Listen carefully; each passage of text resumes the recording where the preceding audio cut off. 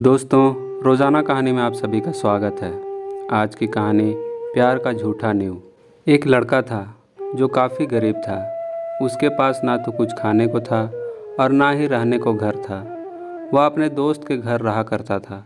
उसने एक छोटी सी कंपनी में पेंटिंग का काम करना शुरू कर दिया। धीरे धीरे उसके पास काफ़ी पैसे भी हो गए।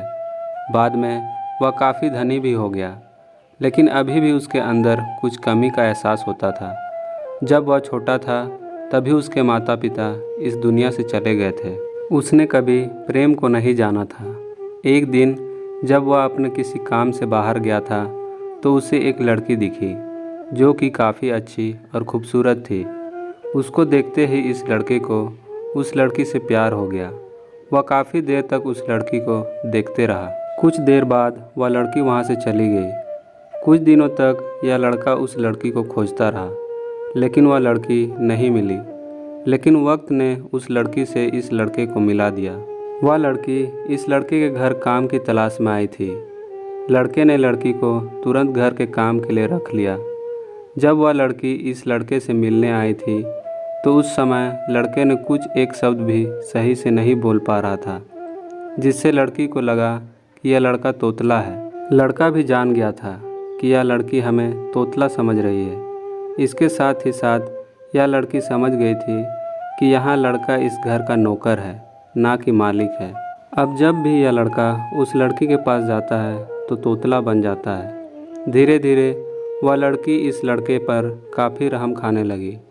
अब उसे इस लड़के के लाचारी पर प्यार होने लगा। लेकिन फिर वह लड़की एक बात से डर कर पीछे हट जाती थी। इस लड़की के भी माता पिता बचपन में ही मर चुके थे। इस लड़की को इसके मामा ने पाला था और वह चाहता था कि वह जब तक जिंदा रहे यह लड़की उसके खाने और पीने का पैसा दे। लड़की का प्यार हद से भी बाहर जाने लगा। लड़के के एक खांसी पर भी वह लड़की तुरंत दौड़कर उस लड़के के पास पहुंच जाती थी। अब लड़का भी समझ गया कि इस लड़की को मुझसे प्यार हो गया है।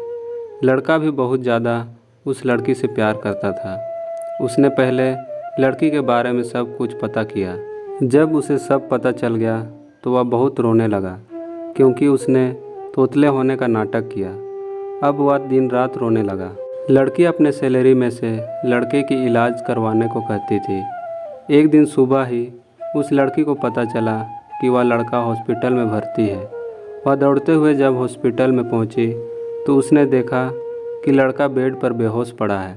उसके आसपास काफ़ी मशीन लगी हुई थी। जब लड़की डॉक्टर के पास पहुंची तो वहां पर डॉक्टर ने उससे बताया कि लड़का अब बोल नहीं सकता है। उसने अपनी जीभ को काटने की कोशिश की है। इसके साथ ही उस डॉक्टर ने उस लड़की को एक पत्र दिया। उस पत्र में लिखा था, मैं एक काफ़ी धनी लड़का हूँ। जिस घर में तुम काम करती हो उस घर का मालिक मैं ही हूँ। लेकिन इसके साथ ही मैंने तुमसे एक बहुत बड़ा झूठ बोला है कि मैं एक तोतला हूँ। अब इस झूठ को सच करने के लिए मैं ऐसा काम करने जा रहा हूँ।